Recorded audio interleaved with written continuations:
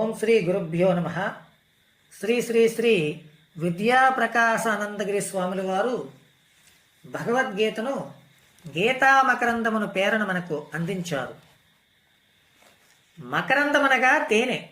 భగవద్గీత తేనె వలె సుమధురమై ఆహ్లాదకరమై తాపహారకమై ఒప్పుటచే మకరందమును పేరు దానికి చేర్చబడినది. తేనెకు రోగ వినాశకర శక్తియు మిక్కుటముగా కలదు. కనుకనే ఔషధములలో దానిని ఎక్కువగా వాడుచుందురు. అట్లే గీతయను మకరందమును సేవించిన వారికి భవరోగము సంపూర్ణముగా తొలగిపోగలదు. మధుపము అనేక పుష్పముల నుండి సేకరించి తేనెను సమకూర్చుకునులాగును శ్రీకృష్ణ పరమాత్మయు ఉపనిషత్తులను వివిధ కుసుమరాశుల నుండి గీతామకరందమును వెలికదీసి లోకమునకు ప్రసాదించిరి. ఇది ధర్మ్యామృతమని భగవానుడే గీతయందు సెలవిచ్చిరు కదా. కాబట్టి అమృత తుల్యమై జనన మరణ రూప భవతాపములను నిర్మూలించి వేయునట్టి ఈ భగవన్ముఖారవింద సంజనితముకు గీతామకరందమును ముముక్షులు తనివి తీరా పానము చేసి కృతార్థులగుదురుగాక.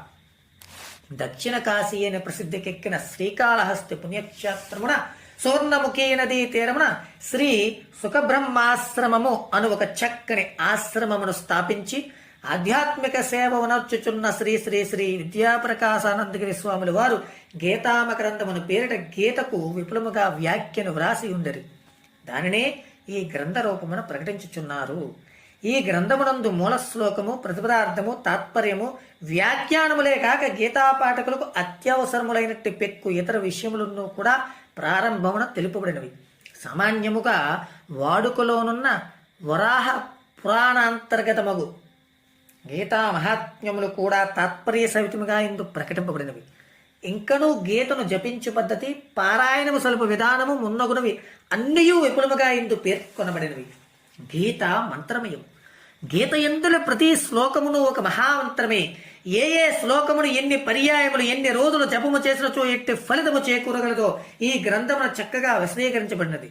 లౌకిక పరమార్థిక ఫలితములకు అవసరములైనట్టు జప సాధనలు వేరువేరుగా ఇందు తెలుపబడినప్పటికీ ఆధ్యాత్మిక గమ్యమును శీఘ్రముగా చేరవలన తలంపు గల ముముక్షు వైరోగ్యోపేతుడై లౌకిక ఫలములను కాక్షింపక పరమార్థ ఫలితముల కొరకే తీవ్రతర యత్నములను గావించవలను. నిరంతరము స్మృతి పదమున ఉంచుకున్నట్టుకై కొన్ని గీతావాక్యములను ప్రత్యేకముగా ఈ గ్రంథమును తెలుపబడినవి. మరియు అధ్యాయక్రమముగా కథారూపమున చిత్రించబడిన గీతాపారాయణ ఫలము పద్మ పురాణాంతర్గతమైనది. ఇచ్చట సంక్షిప్తముగా ఉల్లేఖింపబడినది. ఈ గీతా గ్రంథ ప్రారంభమునందు శ్రీ స్వాముల వారు వ్రాసినట్టు విపులమగు ఉపోద్ఘాతమును కూడా కలదు.